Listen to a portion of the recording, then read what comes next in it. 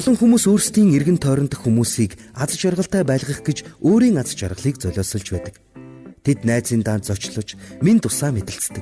Учир нь тэгэхгүй бол найзууд нь ууралдаг. Тэд орой бүр илүү цагаар сууж ажилдаг. Үгүй бол дарга нь ууралдаг. Тэд хүмүүст мөнгө зээлдэггүй бол муу хүн болон хувирна. Үргэлжил энд ч нэг хүн авраад тэр ч хүний асуудлыг шийдээд л энд нэг хүн өөрийг нь буруу ойлгочихвээ гэдэл гүйж байдаг. Та бусад хүмүүсийг аз жаргалтай байх хэсгэд хариуцлага хүлээгээгүй. Харин өөрийгөө жаргалтай байлгахад хариуцлага хүлээсэн. Та магадгүй ингэж бодож байгаа бах. Хэрвээ би тэр хүнд мөнгө зээлэхгүй бол, хэрвээ би түүнд туслахгүй бол тэр надад уурлана. Магадгүй энэ удаа та өөрөө аз жаргалгүй болон байж тэднийг жаргалтай байлгах хэрэггүй бах. Хэрвээ тэд уурлах аваас тэд таны найз биш. Танаас ямар нэг зүйл зулгаагч нэгэн гэсэн үг юм. Хүмүүс таныг удирдах, захирахад таны амьдрал дэндүү үнцэнтэй. Та тэдэн рүү залгаагүй учраас тэд таныг буруутай болгодог. Та тэднийг байнга л инээлгэж, тэднийг аз жаргалаар хангаад байна гэдэг нь үнэн дээр та тэдэнд тусалсан хэрэг биш. Харин тэдний таяг нь болж байна гэсэн үг. Энэ бүхнээс гарах цорын ганц арга бол та тэдэнд хэрэгтэй байгаа зүйлсийг нь өгөхөө болох явдал юм. Та тэднийг дуудах бүрт та гүйж очихоо болох хэрэгтэй. Та тэдэнд хандан би чамд хайртай. Би намайг удирдахыг зөвшөөрөхгүй. Би чиний найз. Гэхдээ би залгах болгонд чинь үсэрч очиод байж чадахгүй. Би чиний хамтрагч. Гэхдээ би хэрэгцээг чинь хангаагүйгээс болоод буруутай мэдрэмж авахыг хүсэхгүй байна гэж хэлэх хэрэгтэй. Хэрвээ хэн нэгэн таныг удирдах байгаа бол энэ нь тэдний буруу биш. Харин таны буруу. Та тэдний өмнө хязгаар тавьж өгөх хэрэгтэй. Тэднийг өдөр шөнөгүй тань руу залгаж, хамаг асуудлаа тань руу булахыг бүү зөвшөөр. Тийм учраас л бидэнд дуут мессеж байдаг. Тэднийг хурч ирээд асуудал бүрээ ярихад тэднээс татгалз. Тэднийг гуйх бүрт мөнгө зээлэх юм бол тэдний өмнөөс хариуцлага хүлээх юм бол та энэ дэлхийн аврагч биш. Та хүн бүрийг асуудалгүй, аз жаргалтай байлгахын тулд бүтээгдээгүй. Хэрвээ та ийм хിവэр байх аваас нэг хүнийг хизээч жаргалтай байлгаж чадахгүй. Тэр нь та өөрөө юм. Заримдаа бид хэн нэгэнд туслаагүйгээсээ болоод буруутай юм шиг мэдрэмж мэдэрдэг. Гэхдээ тэр хүн өөрийнхөө өмнө хариуцлага хүлээгээгүй байхад та тэдэнд туслаж байна гэдэг үнэндээ тэднийг хордуулж байна гэсэн үг. Тэд жинхэнэ асуудалтай өөрсдөө тулахгүй байна гэсэн үг. Зарим хүмүүс үргэлжил асуудалтай байдаг. Тэд үргэлжил ямар нэгэн хэрэгцээтэй байдаг. Мэдээж тэдэнд нэг удаа эсвэл хэд хэдэн удаа туслах нь зөв. Гэхдээ энэ үргэлжилсээр байх аваас 5 жилийн дараа тэд таны хүрээд ирээсэй гэж хүлээсээр л түргэн тусламжийн тохиогоо хангинуулсаар л байх болно. Хэрвээ та тэдэнд өгсөөр л байвал тэд таныг өөрсдийн утсан хүүхэлтэй болгох болно. Тэд таныг яаж буруутай юм шиг мэдрэмж төрүүлэхээ сайн мэднэ. Тэд дахиад нэг утас татаад л та түүний өмнөөс ажлыг нь хийхээр ажил дээр хонох хэрэг гарна. Өнөөдөр би танд тэр утсыг тасал гэж хэлмээр байна. Дахиж битгий хүүхэлтэй байгаарай. Тэр хүмүүсийг таныг буруутай гэж мэдрүүлэхийг бүү зөвшөөр. Магадгүй та ингэж хэлж болох юм. Доктороо, хэрвээ би тэгэхгүй бол миний найз байхаа болчих шүү дээ. Таны хариулт энэ байна. Амьдрал ямар ч хаалгыг таны өмнөөс хаахгүй. Хэрвээ тэр хүн таныг гүйж ирээгүй төлөө танд уурлаж байгаа л бол тэр таны найз биш. Харин таныг хяналтандаа байлгаж байгаа нэг юм. Тиймээс та аль болох тэр хүнээс хол байх хэрэгтэй. Яг л жаахан хүүхэд шиг. Жаахан хүүхэд бөмбөгөө газарт хаях бүрт та түүнийг нь гарт нь бариулах хэрэг гардаг. Энэ байдал үргэлжилсээр л байдаг. Тэд бөмбөгөө авахын тулд хаях хэрэгтэй гэдгээ мэддэг. Хэрвээ та тэднийг бөмбөг хаяхад тэднийг яаж ч орилж өөлж байсан бөмбөгийг нь хаяад өөрийн амьдралд сэтгэл хангалуун байх аваас тэр бөмбөг хаях нь сайн зүйл биш гэдгийг ойлгон өөрчлөгддөг. Томчуудын зарим нь ч бас үүнтэй адил. Хэн нэгэн хүссэн зүйлээ авахын тулд танд ямар нэгэн ачаа өгдөг. Тэд үүнийгээ үргэлжлүүлсээр л байдаг. Тиймээс та тэднийг залгах бүрт гүүгээд байхаа болох тэр үед тэд ойлгож өөрсдөө асуудалтай тулж эхэлдэг. Миний нэг найз гэрэлсэн эхний хэдэн жилдээ тиймд сайхан амьдраагүй юм. Тэд нэлх хүүхэдтэй байсан бөгөөд эхнэр нь үргэлжил урваач явдаг нэгэн байв. Байнга л асуудалтай байж гомдлож байдаг байжээ. Түүний нөхөр нь түүнийг жаргалтай байлгахын тулд бүхнийг хийдэг байсан бөгөөд байнга л түүний асуудлыг өмнөөс нь шийдэж байдаг байлаа.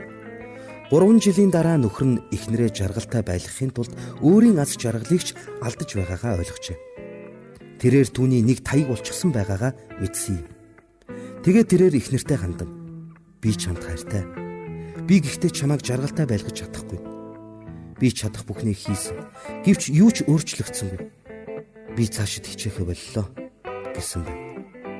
Эхнэр нь тэр өдрийг өөрийнхөө амьдралын хамгийн сайхан өдөр байсан гэсэн юм. Тэрээр өөрийнхөө доторлон өнгөж тэр асуудлаа өөрөө шийдсэн. Магадгүй та хэн нэгэнтэй ийм харилцаатай байж болох юм. Хэн нэгний өмнө хариуцлага хүлээгээгүйгээс болоод өөрийгөө битгий буруутан болго.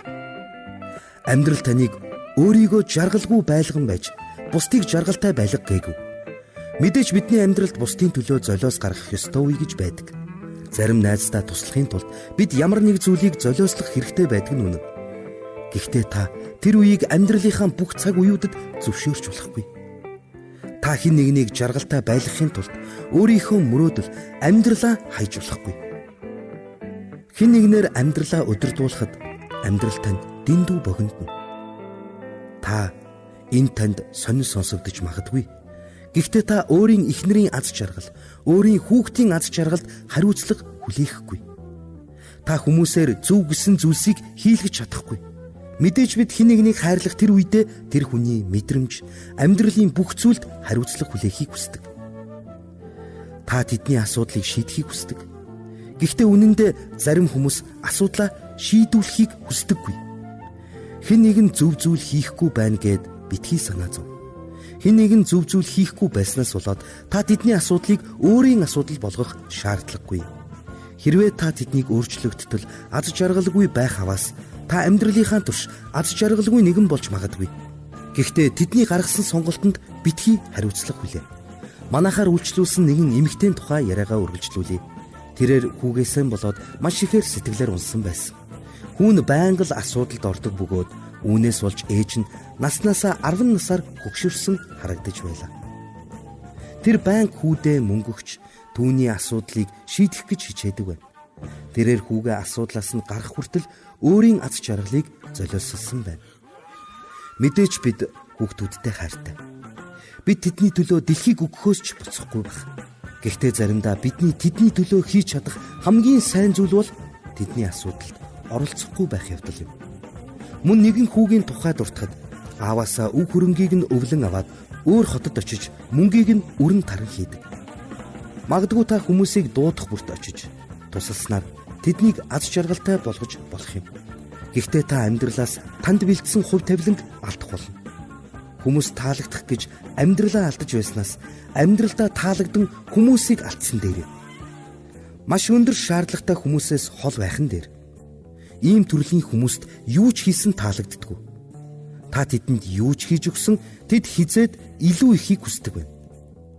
24 цагийн турш тэдний дуудлаганд хариулж, үргэлжид тэднийг магтаж, хөгжөөх хэрэгтэй болдог.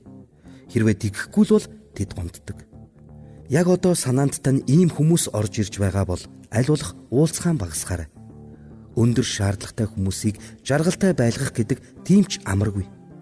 Онгоцны нисгэгч нэгэн найз маань онгоцонд 4 гол юм байх ёстой гэдэг байлаа. Тэр нь өргөгч, тулгуур, тоормс, даралт юм. Энэ 4-ийг тогтмол шалгаж байж онгоцоо нисгэх хэрэгтэй. Ихэнх хүмүүс энэ 4 төрөлд багтдаг. Таны өдрийг өргөж, улам гэгээлэг болгодог хүмүүс байна. Мөн чамд тулгуур болдог хүн байна. Тэд чамд урам зориг харилдаг. Чамааг байнга доош дарж байдаг дарагч хүмүүс байдаг. Тэдэнтэй хамт байхад та үргэлж сөрөг мэдрэмж мэдэрдэг. Мөн тоормос болсон хүмүүс байдаг. Үргэлжил танд гунигтай түүх асуудлаа ярьж байдаг. Таны эргэн тойрны хүмүүс энэ 4 төрөлд хуваагддаг учраас өргөгч болон тулгуур болдог хүмүүсийг итгэлтэйгээр сунгаж өөртөө ойр байлгаарай. Харин тоормос болон даралтаас хол байх хэрэгтэй. Зарим хүмүүс зүгээр л асуудал байдаг. Тэд үргэлжил гунигтай түүхтэй байдаг.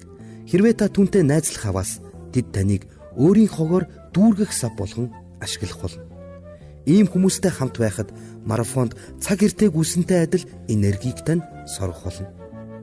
Уулзах бүрт таныг доош нь дарсан, Ажилд саад хийсэн ийм хүмүүстэй хамт байх аваас амьдрал танд бэлдсэн тэр хувь тавилан өд явж чадахгүй. Учир нь та өөрийн хамаг цагаа тэднийг урамшуулахад, тэднийг хөгжөөхөд зарцуулсаар байна. Тэдний аз жаргалд ямар нэгэн хариуцлага бүү хүлээ. Мэдээж бид хүмүүсийн асуудлыг сонсож, тэдэнд туслах цаг гаргах нь зүйтэй. Гэхдээ бид тэр цагийг тогтмол болгож, өдөр бүр бусдыг сонсож, тайлгаруулахад зарцуулах хэрэггүй.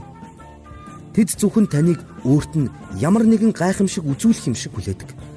Бусдын амьдралд өдөр тутам тулгардаг асар олон асуудлыг сонсохоос илүү чухал зүйл олон бий. Таныг доош нь татдаг тийм хүмүүсээр өөрийгөө хүрээлүүлчихэд амьдралаас сайн сайхныг хүлээнэ гэдэг бүтэхгүй хэрэг. Та магадгүй ингэж хэлж болох юм. Наранба, тэд үүнээс болж үнэхээр хэцүү болвол яах вэ? Тэгвэл энэ асуултын хариуд би танаас асууя. Та хувь тавилангаа алдвал яах вэ? Та тэднийг жаргалтай байлгах гэж хичээж байх үедээ мөрөөдлөө биелүүлэх цагаа алдвал та яах вэ? Та хинт хамгийн их цаг гаргаж байгаагаа анхаараарай. Тэд таныг босгож байна уу? Таныг урамшуулж, таныг байгаагаас тань илүү нэгэн болгож байна уу? Эсвэл тэд таныг эсрэгээр нь доош нь дарж байна уу? Та хэн нэгнийг гомдоохыг хүсэхгүй учраас өөрчлөлт хийхэд хэцүү санагдаж болно. Гэхдээ таны хувь тавилан, таны өмнөө тавьсан зорилго, таныг хэн нэгэн доош дарахаас ч илүү их үнэтэйг сана. Энэ бүх үр дүнгүй цагийг өөрийн эргэн тойронд таныг босгон байгуулагч, таныг өргөгч тэр хүмүүсээр хүрээлүүлэхэд зарцуулаарай.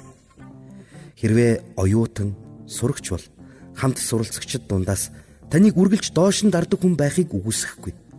Танд сонголт байхгүй учраас тэр хүнтэй хамт байхаас өөр аргагүй. Учир нь та сургуультай явах ёстой. Энэ тохиолдолд хичээлдээ явхаасаа өмнө өглөө босоод амьдралыг магтаж, өнөөдөр бол гайхалтай өдөр байх болно гэж тархиад сэнэглээд ямар нэгэн гутранг нэгэн намайг зогсоож чадахгүй гэж өөртөө итгүүлж эхлээрэй. Та нэгэнт цэнэглэгдэж, ирч хүчтэй болсон тэр цагт ямар ч гутранг хүн доош даран унгааж чадахгүй. Ажилдаа явах үедээ яагаад машиндаа 20 минутын турш дуу сонсож болохгүй гэж өөрийгөө сэргээ. Гайхалтай өөдрөг бодлыг дотроо тээ. Хамгийн ихээр урам зориг хайрладаг, таныг сэргээдэг тийм цомгуудаар машинаа дүүргэж болно. Тэгээд өнөөдөр бол гайхалтай өдөр байх болно. Амьдралд гайхалтай зүйлийг хийх болно. Надад байгаа хүчээр би бүгдийг хийж чадна гэж өөртөө хэлэх хэрэгтэй. Энэ бүхэн таныг урам зоригтой, өөдрөг болон ямар нэгэн гутранг зүйлд автахгүй байхад туслана. Хэрвээ хамтран ажиллагч, эхнэр нөхөр таныг доош дарагч бол энэ бүхэн илүү чухал. Хэн нэгэн таны урам зоригийг хулгайлахыг бүү зөвшөөр. Зарим хүмүүс жаргалтай амьдрахыг хүсдэггүй. Тэд уйдхар гүнийг дунд байхдаа дуртай байдаг. Та тэдэнд хандан, хэрвээ та аз жаргалгүй амьдрах дуртай бол асуудалгүй. Харин та миний аз жаргалыг хулгайлж чадахгүй. Хэрвээ та гутранг, өрөвдөлтөй байдалд байх дуртай бол таны сонголт. Харин би таныг дагаж гутранг байхыг хүсэхгүй байна. Өөрийнхөө аз жаргалд хариуцлагатай бай. Бусдад сайнаар ханд гэж хэлж болно. Тэдний гуниг зовлонгийн хамтрагч битгий болоорой. Үгүй бол тэдний зовлон таны зовлон болоход ойрхон байна. Сонсогч, та хэн нэгнээр амьдралаа өдөрдүүлдэг үү? Хэн нэгэн таны баяр хөөргийг хулгайлахыг зөвшөөрдөг үү? Хэрв тийм бол яг одоо хэлэх хязгаар тогтоогоорой. Хүн нэг бүрийг жаргалтай байлгах гэж өөрийн хувь тавиланг битгий алдаарай.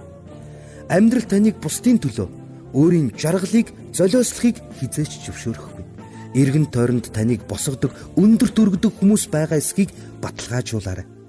Амьдрал таныг хүлээснээс чөлөөлөх болно.